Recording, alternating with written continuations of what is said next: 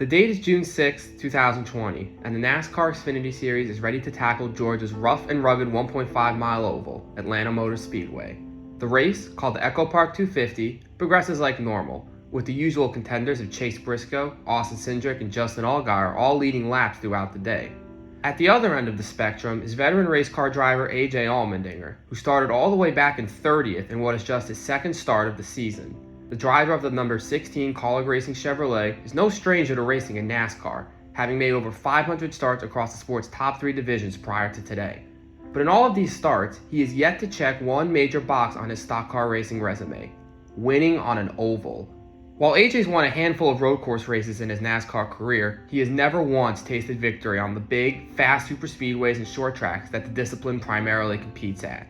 With his background in open-wheel cars, most fans and media members view him as nothing more than a road racing specialist who doesn't have the skills to get it done at the sport's bread-and-butter tracks, which is why almost no one has their eyes on him entering this race at Atlanta, one of the toughest ovals on the entire circuit. But what they don't know is that the 38-year-old from California still has a few tricks up his sleeve and is ready to show the motorsports world a side of him they're yet to see.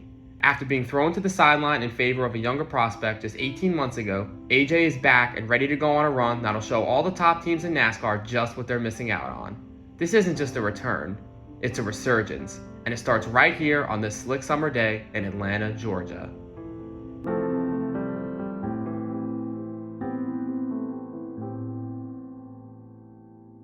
If you missed part 1 of this docuseries and want to see how AJ got from here to here to here, click the link above or the one down below in the description. For now, we're focused on this mid-season race at Atlanta, where AJ has to start the day at the back of the field. Usually he would have gotten a chance to run a qualifying lap to potentially start higher, but because of the COVID-19 pandemic, NASCAR has had to forego weekly qualifying sessions to minimize contamination risks, and instead set the starting lineups based on a metric that heavily favors your position in the points. With AJ only running part-time for Kaulig Racing, he's nowhere near the top of the standings, so he's forced to line up at the rear with only 163 laps to try and find his way to the front. It's clear right away that AJ has good speed and a decent race car. By lap 14, he's driven himself up to 17th, and by the end of the first stage, he's already up to 9th. Stage 2 sees more impressive speed and passing, and by the halfway point in the race, he's all the way up inside the top 5. Methodically picking off competitors one by one, AJ puts on a clinic as he continues to get closer and closer to the lead. Things plateau a bit in the final stage, and it's starting to look like a top 5 might be all he can muster on the day.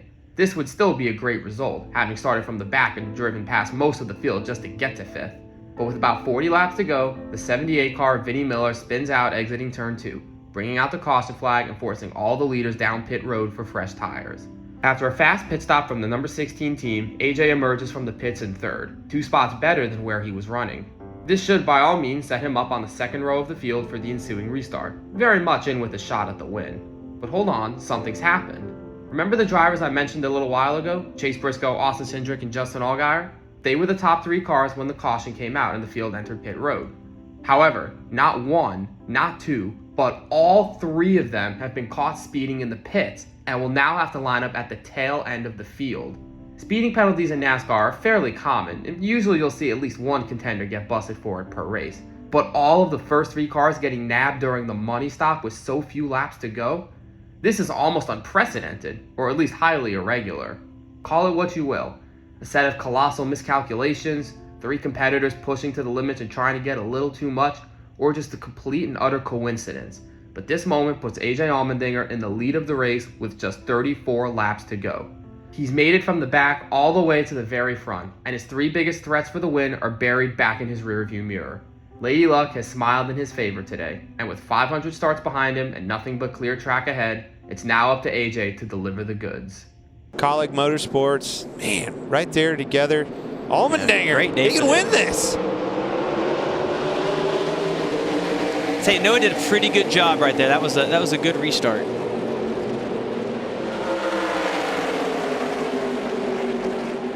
Such a cool restart, you know, here at Atlanta, these tracks like this.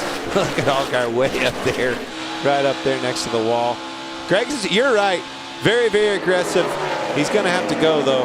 Allmendinger's had a lot of experience. He knows how to manage these guys, the runs that they're going to have, making that car wide, utilizing that clean air. The laps wind down.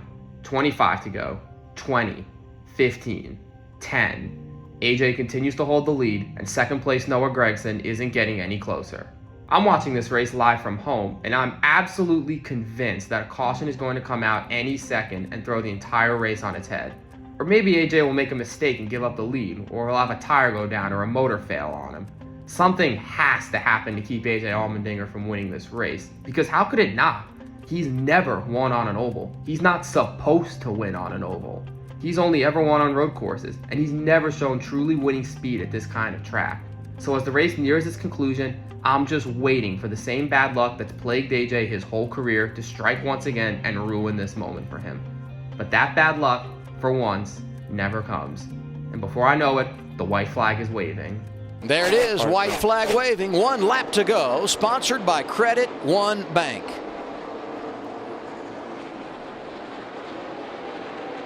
Just bring it home, baby. Nothing in your windshield. He's gone in the back. Only do not push it. One start this year came at Bristol on Monday night. Battled through adversity and finished 10th. He came to play today. It's his 4th career victory, but his first on an oval. AJ Allmendinger driving for Kaulig wins it at Atlanta Motor Speedway. After almost 15 years of professional stock car racing, AJ Allmendinger has finally won on an oval. Competing against the field of guys who grew up specializing in these types of tracks, AJ has shown up in a part-time car for a small team and taken them all to school. His improbable NASCAR comeback story continues, but now it's taken a new turn. His return to victory lane at the Charlotte Roval last fall was a highlight for sure, but to finally silence the doubters and win his first oval race is instantly a milestone moment in AJ's long racing career. Don't believe me? Here's what he says right when he gets out of the car.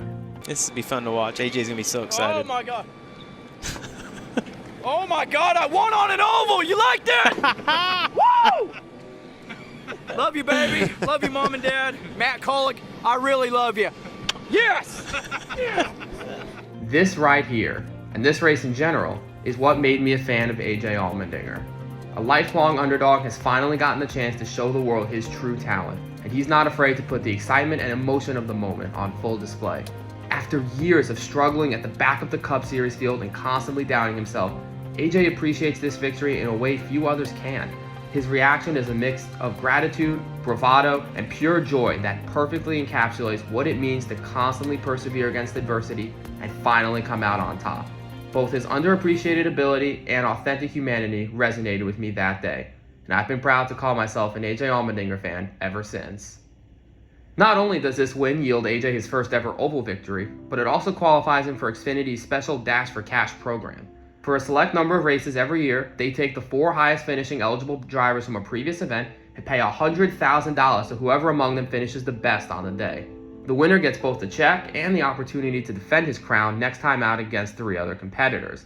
Second place Noah Gragson takes home the money at Atlanta, but because AJ wins the race, he becomes eligible to compete for the big prize at the next Dash for Cash event at Florida's Homestead Miami Speedway. He and Kaulig Racing never intended on running this race. Remember, they never even intended on running Atlanta in the first place. But hot off the heels of AJ's win, they decide to chase the money next week and enter the number 16 Chevy into the Contender Boats 250 at Homestead. The team runs decently all day, but is outside the top 5 with just a handful of laps to go, and it looks like they're going to lose out on the $100,000 to Noah Gragson, who's got a commanding lead out front. But as the white flag approaches, Austin Cindric in the 22 car spins out and causes a caution, forcing the race into overtime. This gives AJ the chance to line up just a few rows behind Gragson, and after another crash and subsequent restart, he's able to jump ahead of the 9 and hold them off for a 4th place finish. It's not a win, but it's enough to secure the Dash for Cash, as none of the 3 drivers in front of him are eligible for the prize. In the span of just 8 days, AJ's now brought home a trophy and a $100,000 check. Not bad for a guy who everybody said couldn't race on ovals. AJ and Kaulig continue making spot starts the rest of the summer, and the results continue to pile up. 7th at Talladega, 4th at Indianapolis, 2nd at Road America. Whenever the 16 team shows up, they've got a shot to win. They dominate the August race at Daytona, and are leading with half a lap to go when Ross Chastain, AJ's teammate of all people, tries to make a late pass for the win and winds up wrecking both of them in turn 3. This opens the door for the 3rd Kaulig car of Justin Haley to sneak through and steal the victory. AJ is credited with a 15th place finish, but his 58 laps led is a far better indicator of the winning speed he has once again shown on an oval. After another crash on the last lap a month later at Talladega, AJ and Kaulig prepared to defend their victory at the Charlotte Roval in the Drive for the Cure 250. The team has been tantalizingly close to winning a road course race all season, and now they get to return to a place where they've already had great success at. But if the 16 car is going to go back-to-back at the Roval, it's going to have to look a lot different than last time, because this year the event is met with rain that ranges from light sprinkles to torrential downpours throughout the day. NASCAR doesn't normally race in the wet, as the speeds at regular oval tracks are just too high to make driving in slick conditions safe. But at road courses, where the speeds are slower and the cars get more spread out, race control is prepared to let the field compete as long as the weather doesn't get too out of hand. So the teams bolt on special wet weather tires, power up some cheap windshield wipers and brake lights, and send their drivers out into the ominous Charlotte mist. The result is one of the most chaotic Xfinity races in recent memory. Cars are sliding everywhere, going off course, spinning out, and sometimes even barreling into the tire barriers. Drivers are barely able to see each other through the heavy rain, let alone the track. It's taking everything these drivers have to just keep their cars on the track. Luckily, years of open wheel and sports car racing means AJ has driven in wet conditions before, something a number of his competitors haven't done until right now. Better equipped for the awful conditions than most, he runs up front all day and manages to stay out of trouble as those around him fall out of the race. With 5 laps to go, he's dueling Chase Briscoe in the number 98 for the top spot. Both drivers are pushing to the absolute limits, at the very edge of control pretty much the entire lap. Briscoe manages to sneak underneath AJ and gives him a slight bump up the track to take the position. As the 98 pulls away, it looks like the 16 will have to settle for second on the day. But just a few seconds later, another car loses control and crashes, bringing out a caution and setting up a restart. AJ is going to get one final shot at defending last year's win. If he's going to take this race away from Briscoe, he's going to have to be perfect. Coming up on overtime, 2 laps to go from the Charlotte Roval. Overtime presented by Credit One Bank.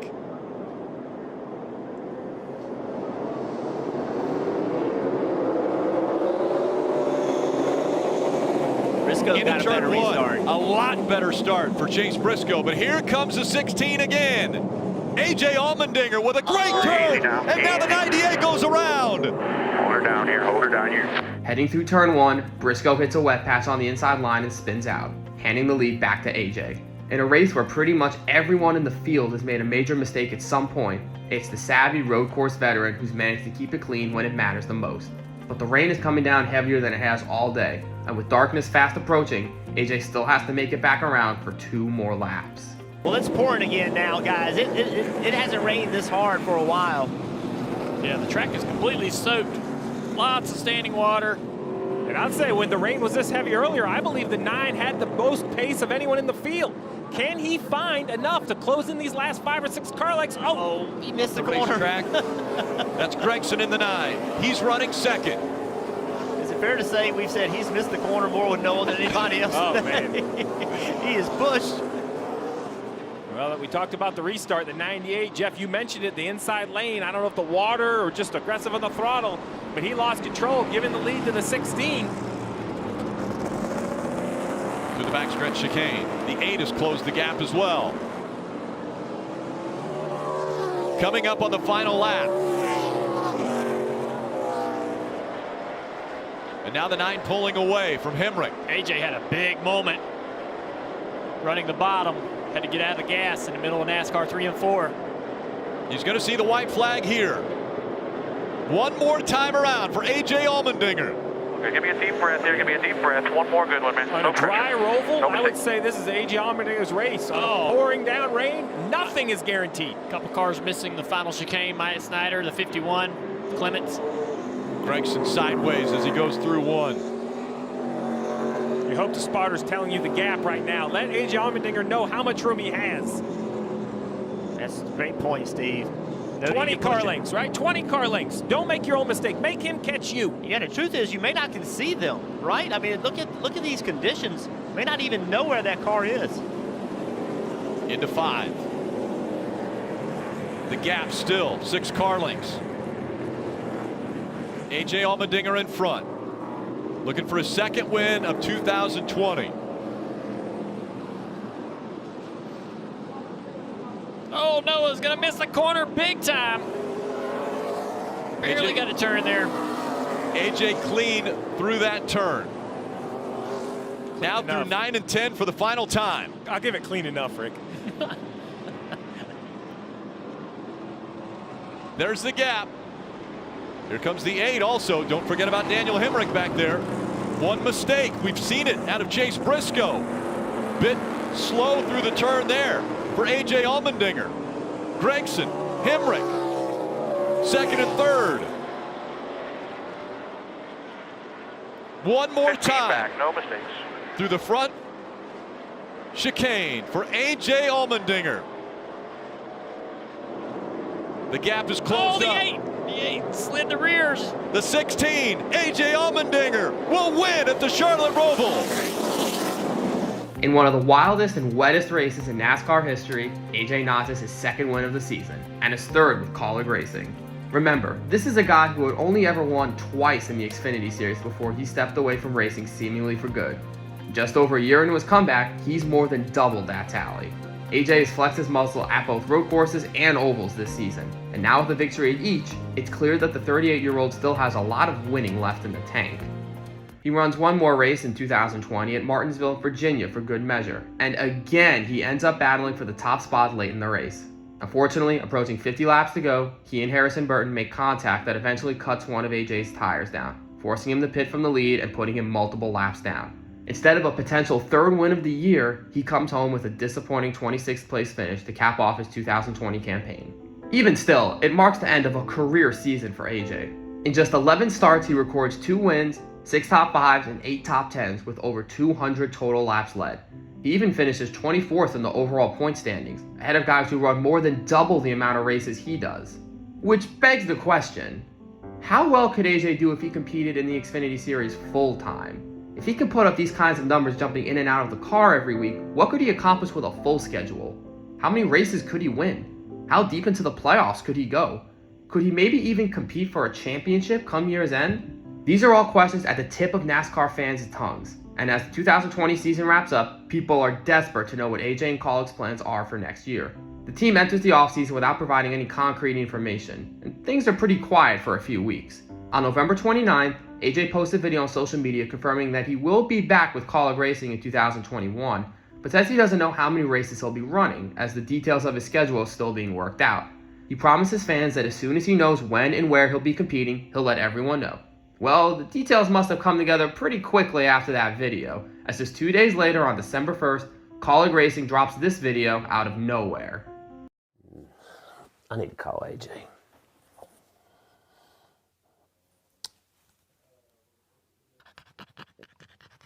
What do you think, man? Huh? Oh, jeez. Chris is calling me again. Can't get a break from him, huh? Yeah, what up, man? I've been thinking. I really think 2021 is your year.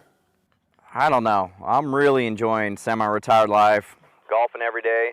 Man, I'm hanging with Zena and Tickles. Okay. Well, just think about it and call me back. You want me to think about it? Yeah, all right. Yeah, I'll think about it. See ya.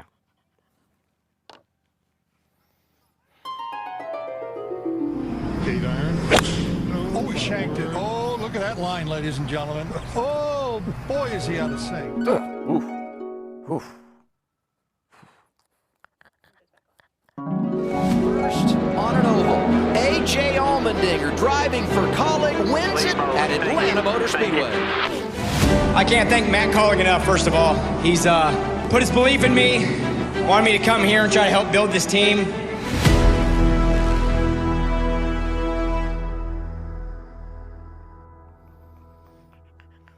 Zena, I think you're right.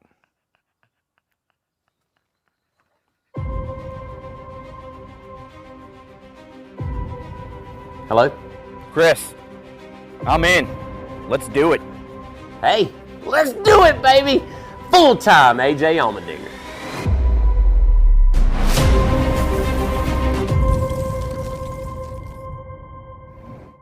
Two years after being dropped by his previous team and his NASCAR career appearing all but over, AJ Allmendinger is back racing stock cars full-time.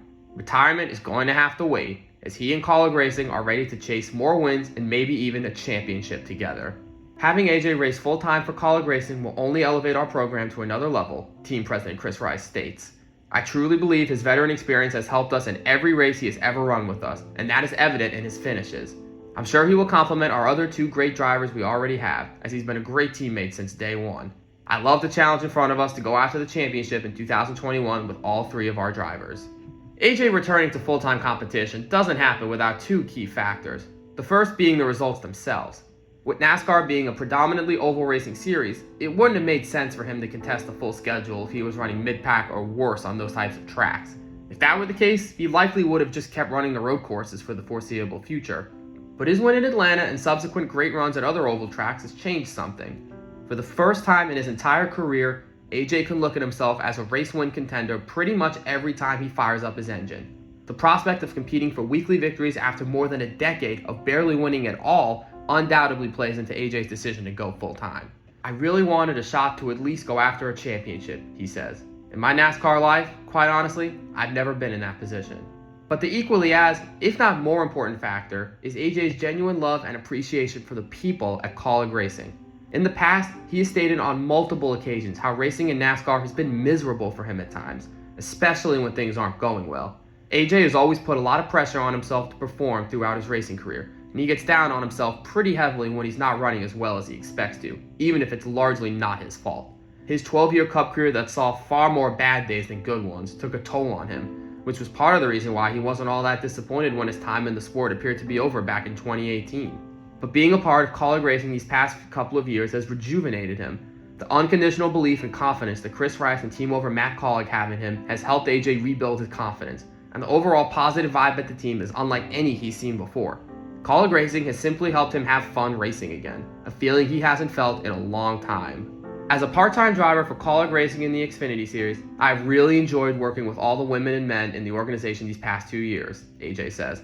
The love of showing up to NASCAR races has returned for me, and I truly have enjoyed myself on and off the racetrack. It starts with Matt Kaulig and Chris Rice. I can't thank them enough for giving me a call at the start of 2019 and offering me races that continued into 2020. More than anything, I really love being a part of the team and watching the growth of the organization. And because of that, the opportunity to come back full-time in 2021 was something I just could not pass up.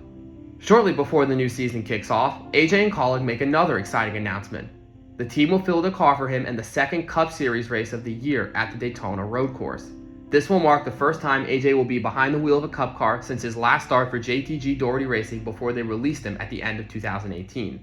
So not only is he back full-time racing, but he'll also be making his return to the top level of NASCAR. 2021 is set to bring big things for AJ, and it doesn't take long for the highlights to start piling up. He starts out the year with a 5th place on the Daytona Oval. Not bad at all. The next week they run the road course layout, and coming to the end of stage 1, AJ's in a close battle with Austin Cindric for the lead. Coming out of the final chicane, the 22 looks low, and AJ throws a block, sending him spinning through the grass and ripping the front bumper off of Cindric's car. The damage forces the number 16 to retire from the race, ending up 35th in the final order. Still, AJ has to shake off the disappointment of the bad finish, as he's got a Cup race to run the very next day. As for his first start in the big leagues in over 2 years, things go pretty well all things considered. He's not the fastest car on the day, but AJ keeps his Kaulig Chevy clean and brings home a more than respectable 7th place finish. Keep in mind, this is just the team's 3rd ever Cup start. They're dipping a cautious toe into the water of the top division of stock car racing, and right off the bat they've already earned their first top 10 finish courtesy of AJ. Not too shabby at all. His momentum carries over into the following weeks of Xfinity racing. AJ and team lead some laps and finish a solid 14th at Homestead, and when the series rolls into Las Vegas, Nevada a week later, the number 16 Kaulig Chevy comes to play. Starting the race in 10th, AJ methodically works his way through the pack and takes the top spot about halfway through stage 3. He goes on to lead 44 of the remaining 62 laps, and as the checkered flag nears, it's clear that no one's going to catch him. White flag is out, sponsored by Credit One Bank. A.J. Allmendinger trying to bring it home in Las Vegas. Executed perfectly. Allmendinger's now starting to turn into this mile-and-a-half ringer, not just a road course ringer. Walked away from full-time racing, but now he is back, and he's going to the playoffs in the Xfinity Series. Off of turn 4, 6th career victory, A.J. Allmendinger wins. There you go. Congratulations. AJ picks up his first victory of the season through just 4 races and his 2nd career oval triumph. This also locks him into the playoffs, as every full-time driver who wins in the regular season automatically secures one of the 12 spots in the 7-race postseason. Now up to 6 career wins in the Xfinity Series, AJ and Kaulig are making a statement that they're going to be major players for the championship this year. After Las Vegas, they record 5 top 5 finishes in just the next 7 races. They attempt another Cup race at Austin, Texas's Circuit of the Americas, and much like the Charlotte Roval a year prior, rain pours down on the competition throughout the day. Once again, AJ proves he's a master in the wet conditions, dragging his Chevy all the way up to 5th place before the race is eventually called early due to weather. Kaulig Racing now has 2 top 10s and a top 5 finish in the Cup Series, which is remarkable considering they're having to beat out the Goliaths of the sport with ridiculously deep pockets to make it happen. The little team that could is not just stepping up on Saturdays anymore, but Sundays as well, and AJ is firmly at the forefront of their charge. At the Xfinity race in Charlotte the following week, AJ is forced out early due to some brake troubles and finishes way back in 33rd. The broadcast interviews him in the garage after he gets out of his car, and this is what he has to say. Felt like if I got the track position back like I had in the restart, we might have had something for him, but we'll never know. Go to Mid-Ohio and kick their ass. AJ must know something in that moment that the rest of the field doesn't, because sure enough, he shows up for the next race at Mid-Ohio with an absolute rocket ship. It only takes him 15 laps to get from his 12th place starting spot to the lead, and after he forfeits the top spot during the first pit cycle, he needs just 14 laps to get back to the front. He and Kaulig have the field covered today, and it looks like a major mistake is the only thing that can possibly keep them out of victory lane. Well, that's exactly what happens, as on lap 49 of 75, the 16 team is hit with a pit road penalty that will drop them to the back of the pack to start the 3rd and final stage. This is the perfect opportunity for AJ to get frustrated, drive angry and wreck the car, or just admit defeat and resign to his fate. But if 15 years in NASCAR has taught him anything, it's to keep pushing no matter the odds, and to never, ever give up. In that spirit, AJ puts on an absolute clinic in the final stage, barging past car after car like a man possessed. He's picking up a spot every few corners, leaving his competitors with no better option than to simply get out of his way. And with 8 laps to go, he's gotten all the way back up to 3rd place. AJ clearly has the best car on the racetrack, but the only problem is that he's 13 seconds behind race leader Austin Cindric. Thankfully, Lady Luck cuts him a break, and Jeb Burton brings out a caution after getting stuck in a dirt trap, erasing the deficit entirely. Now AJ's on the back bumper of the leader, with just 2 cars separating him from completing his last to first comeback. And there goes AJ 3 wide. 3 wide to the inside, Gibbs in the middle, and it's AJ Allmendinger through to the lead. What a pass on the restart by Dinger, and trouble for Cindric, who's off track. One more caution flies and he's forced to navigate one final restart. But once that number 16 Chevy gets clean air on the nose, it's game over, and AJ takes his 2nd win of the year and a 1-2 finish for Kaulig Racing.